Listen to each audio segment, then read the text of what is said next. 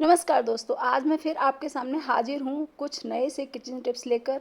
और कुछ इसमें पुराने हैं, सबको मैंने एक प्लेटफॉर्म पे इकट्ठा कर दिया। इस बीच में बहुत सारी चीज़ें ऐसी हो गई जो हमारे हाथ में नहीं होती हैं। मेरी मम्मी ही इस संसार से चली गई, तो मैं आपके लिए वीडियो नहीं ला पाई। एक बार फिर हाजिर हूँ। तो आगे बढ़ने से पहले हमेशा की तरह आपसे रिक्वेस्ट करूँगी कि प्लीज़ अगर आपको मेरा कोशिश पसंद आ रही है तो प्लीज़ चैनल को सब्सक्राइब कीजिएगा, लाइक कीजिएगा, शेयर कीजिएगा। तो दोस्तों, सबसे पहला टिप है अरबी की सब्ज़ी को लेकर। अरबी इन दिनों खूब आ रही है और हम सभी बनाते हैं, उबाल कर बनाते हैं या सूखी हम ऐसी कच्ची ही छौंक देते हैं। तो लेकिन इसमें क्या होता है कि अगर आप इसके मसाले में थोड़ा सा बेसन मिला देते हो ना, तो जो आपकी अरबी है वो बहुत टेस्टी बनती है। और जो मसाला होता है ना, वो पूरा अरबी में अच्छे से लिपट जाता है। तो जो अरबी है ना, वो खाने में बहुत अच्छी लगती है। और डालना कब है, जब आप सब चीज़ें डाल दो ना, लास्ट में डालिएगा। प्याज डाल दी, वो सॉरी, प्याज नहीं, प्याज हरी मिर्च जब भुन जाएंगे तब बेसन डाल दीजिएगा। और बेसन को थोड़ा सा भूनकर 1-2 मिनट और आप डाल दीजिएगा इसमें अरबी। फिर इसको चलाइएगा और सारी चीज़ें पहले ही डाल दीजिए, वरना क्या होता है कि अरबी सूखी होती है ना, मसाला इसमें मिक्स नहीं हो पाता है। तो ये बढ़िया सी सब्जी आपके लिए बन करके तैयार हो जाएगी। नेक्स्ट टिप है दोस्तों, कई बार ऐसा होता है कि इस समय गर्मियों का टाइम है और हमारे पास खाखरे बहुत सारे बच जाते हैं। कई बार हम लाते हैं ना, बच्चे घर में नहीं खाते हैं और पड़े हुए होते हैं। या फिर आप इसकी जगह पापड़ भी ले सकते हो। पापड़ अगर आपके घर में है तो आप उसे सेक लीजिए और उसके बाद में उसमें चाट की सारी चीज़ें डाल दीजिए। चटनियाँ मत डालिएगा, ये भेल टाइप की बनती है। तो इसमें हमने डाल दिया, भुने चने डाल दीजिए, परमल डाल दीजिए, प्याज, खीरा, टमाटर, हरी मिर्ची, हरा धनिया। और इसके अलावा आप कोई इसमें मिक्सचर डालना चाहते हो तो वो भी डाल सकते हो। आपके पास कोई नमकीन पड़ा है वो डाल दीजिएगा। इसमें काली मिर्च डाल दीजिए, नींबू का रस डाल दीजिए, काला नमक डाल दीजिए और इसके बाद में इसको चला दीजिए। इतनी बढ़िया सी चाट या भेल बन के, आप जो भी इसको नाम दो ना वो दे लीजिएगा, लेकिन बना के एक बार खाइएगा ज़रूर। पापड़ चाट कह लीजिए, खाखरा चाट कह लीजिए। इसे मैंने थोड़ा सा और हेल्दी बनाया, तो इसमें मैंने बीटरूट को ग्रेट करके डाल दिया और ये बहुत ही हेल्दी सी चाट बन गई। शाम को होता है ना, मंचिंग की भूख लगती है, छोटी मोटी भूख लगती है, तो हम इसमें इस तरह की चाट आप बना करके खाइएगा, बहुत अच्छी बनती है। नेक्स्ट टिप है दोस्तों, इडली के साथ में हम जो चटनी बनाते हैं ना, सफ़ेद वाली, भुने चने की, भुने चने की दाल वाली। कई बार ऐसा हो जाता है कि दाल ही नहीं है घर में और भुना चना पड़ा हुआ है। तो मैंने इस बार क्या किया कि भुने चने को लेकर के आप गर्म पानी में डाल दीजिएगा। डालने के बाद में हमें क्या करना है ना, कि इनको आप थोड़ा सा मैश कीजिए ताकि इसके जो छिलके हैं वो निकल जाए। फिर इनको डाल दीजिए आप ठंडे पानी में। ठंडे पानी में डालने से क्या होगा कि जो इसके छिलके हैं ना, वो सारे नीचे बैठ जाएंगे और जो भुने हुए चने हैं वो सारे के सारे ऊपर आ जाएंगे। अगर आप थोड़े फाइबर चाहते हो तो आप ऐसे भी पीस लोगे तो चटनी बुरी नहीं लगती है, लेकिन इस तरह से ज़्यादा अच्छी लगती है। तो ये हमने क्या किया कि इस ठंडे पानी में डाल दिया। अब आप देख रहे हो कि सारे चने ऊपर आ गए। अब हम चनों को लेकर के चलनी से छान लीजिए, नीचे रह जाएगा तली में हमारे छिलके। ये देखो आप, छिलके रह गए। अब इसको आप जैसे भी चटनी बनाना चाहते हो ना, बना लीजिए। मैं तो नारियल डालती हूँ और हरी मिर्ची और थोड़ा सा डालती हूँ इसमें करी पत्ता। इसके बाद में मेरी चटनी तैयार है। मैं इसमें छौंक नहीं लगाती हूँ क्योंकि तेल से थोड़ा सा बचना पड़ता है। नेक्स्ट टिप है दोस्तों कि हम जब इस समय ड्रम स्टिक खूब आ रही है, तो ड्रम स्टिक आप जब भी बाज़ार से लेकर के आओ ना, कई बार ऐसा होता है कि घरों में ना बच्चे इसको चूसना नहीं चाहते हैं। तो हमें क्या करना है, आप जब भी लेकर के आओ, या फिर हम कई बार लाते हैं रखी रह जाती है, हम यूज़ नहीं कर पाते। तो हमें क्या करना है कि आप इसका ना इस तरह से पल्प निकाल लो और इस पल्प को निकाल करके आप इसको फ्रीज़र में स्टोर कर लो। या फिर अब आप सांभर में डालोगे, जैसे मैंने सांभर में डाला है, आराम से डाल दीजिए। बच्चों को किसी को पता नहीं चलता। ये तो हम सबको पता है कि जो हमारी ड्रम स्टिक होती है वो कितनी कैल्शियम वाली रहती है। नेक्स्ट टिप है दोस्तों, रायते को लेकर। रायता, इस समय गर्मियों का मौसम चल रहा है, सबको रायते की बहुत ज़रूरत होती है।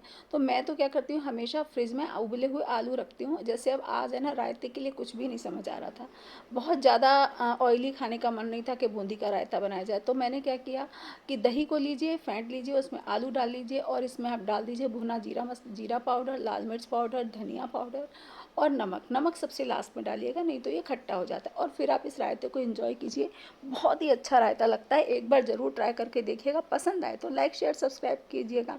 नेक्स्ट टिप है, कई बार ऐसा होता है दोस्तों कि हमें मलाई से घी निकालना है और हम मलाई को जमाना भूल गए हैं।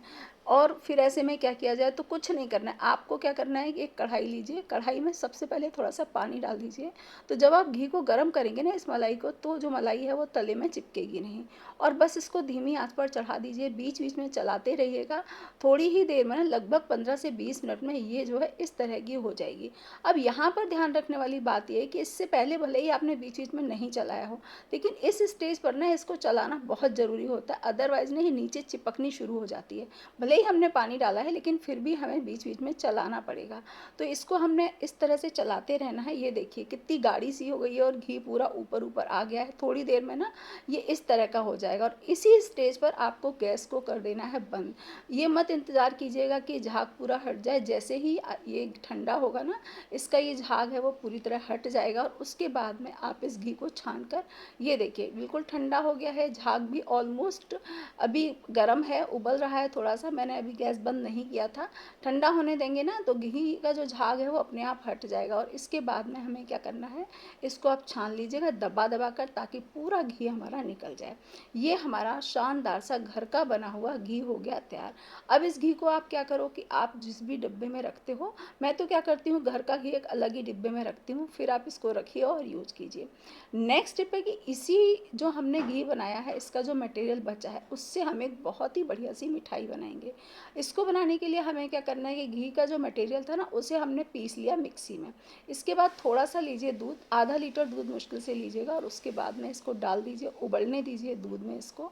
और फिर इसमें डाल देना आप cocoa powder, normal cocoa powder जो घर में आता है ना, बस वो डाल दीजिए और इसको उबलने दीजिए।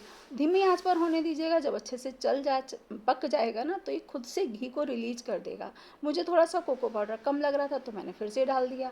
अब कोको पाउडर से बर्फ़ी, आप सोचिए कितनी बढ़िया बर्फ़ी बनती है। आप एक बार आप ज़रूर ट्राई कीजिएगा। थोड़ा सा डेसिकेटेड कोकोनट डाल दीजिए, आपकी मर्ज़ी है तो डालिए, नहीं मर्ज़ी है मत डालिए। और इसके बाद में इसमें थोड़ा सा मैंने मिल्की टच देने के लिए मिल्क पाउडर और ऐड कर दिया है, वो भी ऑप्शनल है, आपकी मर्ज़ी है तो डालिएगा, वरना मत डालिएगा। बर्फ़ी फिर भी बहुत अच्छी बनी। ये देखिए, इसको इस तरह से जमा देना, इतनी बहुत ही अमेजिंग सी बर्फ़ी बनती है। एक बार ज़रूर ट्राई करके देखिएगा, और पसंद आए तो मुझे बताइएगा कि आपको कौन सा टिप अच्छा लगा। इसके बाद में इसके ऊपर आप चाहो तो काजू लगा दो, जैसे कि मैंने इसको डेकोरेट किया। ये देखिए कितनी अच्छी सी बर्फ़ी बनकर तैयार। बच्चे तो इसको इतना पसंद करते हैं कि चुटकियों में खा जाएंगे। अब देखिए नेक्स्ट टिप आते हैं हम, कि अक्सर ऐसा होता है कि हम हलवा बनाते हैं, और हलवे को थोड़ा सा हेल्दी बनाना है और शुगर फ्री बनाना है। तो जो भी आटे का हलवा बना रहे हो, सूजी का आप बना रहे हो, जो भी आप बना रहे हैं ना, उससे पहले आपको क्या करना है, दूध में आप थोड़े से बादाम लीजिए और ले लीजिए खजूर। जो हमारे छुआरे होते हैं ना, उन्हीं को मैंने रात में भिगो दिया था। और इसके बाद में जब सूजी या आटा इस तरह से भुन जाएगा ना, तो हमें क्या करना है कि पानी की जगह हमको ये दूध डालना है, जो भी आप जिस रेशियो में डालते हो। और इसके बाद आप इस हलवे को बनाइएगा, बहुत ही अमेजिंग हलवा बनता है। नेक्स्ट टिप है दोस्तों कि कई बार ऐसा होता है कि हमें कढ़ी तो बनानी है, लेकिन पकौड़े बनाने का मन नहीं है, पालक या किसी सब्जी के खाने का मन नहीं है, तो क्या किया जाए। तो ऐसे में हमें क्या करना है, आप लीजिए जो हमारी नॉर्मल रायते वाली बूंदी होती है ना, वो आप कढ़ी में डाल दीजिए। और इसके बाद में जब थोड़ी देर तक जब वो फूल जाएगी ना, उसके बाद आप घी में डालिए थोड़ी सी कश्मीरी लाल मिर्च, और फिर हरा धनिया डाल दीजिए। बहुत ही अमेजिंग कढ़ी बनती है, एक बार बनाकर देखिएगा, आपको बिल्कुल पसंद आएगा। नेक्स्ट पे दोस्तों, कद्दू के छिलकों को लेकर इस समय कद्दू खूब आ रहा है, और खूब सब लोग बना भी रहे हैं। खट्टा मीठा कद्दू कच्ची केरी डाल के बहुत ही अमेजिंग लगता है। तो हमने क्या करना है कि जो इसके छिलके हैं उन्हें भी धो करके अच्छे से काट लीजिएगा, और काटने के बाद में लहसुन, अदरक, हरी मिर्च ये सब डालकर, लाल मिर्च, साबुत लाल मिर्च डालकर आप कद्दू के छिलकों को डाल दीजिएगा आप एक पैन में। जब ये हल्के से गलने लग जाएंगे, तो हमें क्या करना है, इसमें आप डाल दीजिए थोड़ी सी मूंगफली दाना, और जो भी मसाले आप ऐड करना चाहते हो ना, खट्टा मीठा फ्लेवर चाहिए तो आप इसमें गुड़ ऐड कर दीजिएगा, नहीं चाहिए तो सिर्फ आम ही ऐड कीजिएगा। इसके बाद में खड़ा धनिया डाल दीजिएगा, थोड़ा डाल दीजिएगा, साबुत जो सौंफ होती है वो डाल दीजिए, और आम डाल दीजिए। और इसके बाद में ये जब भुन जाएगा पूरा, तो इसे मिक्सी में दरदरा पीस लीजिएगा। बहुत ही बढ़िया सा ठेचा बनकर तैयार होता है। मैं अक्सर इसको बनाकर रखती हूँ गर्मियों में, दाल के साथ में ना बहुत ही अच्छा लगता है।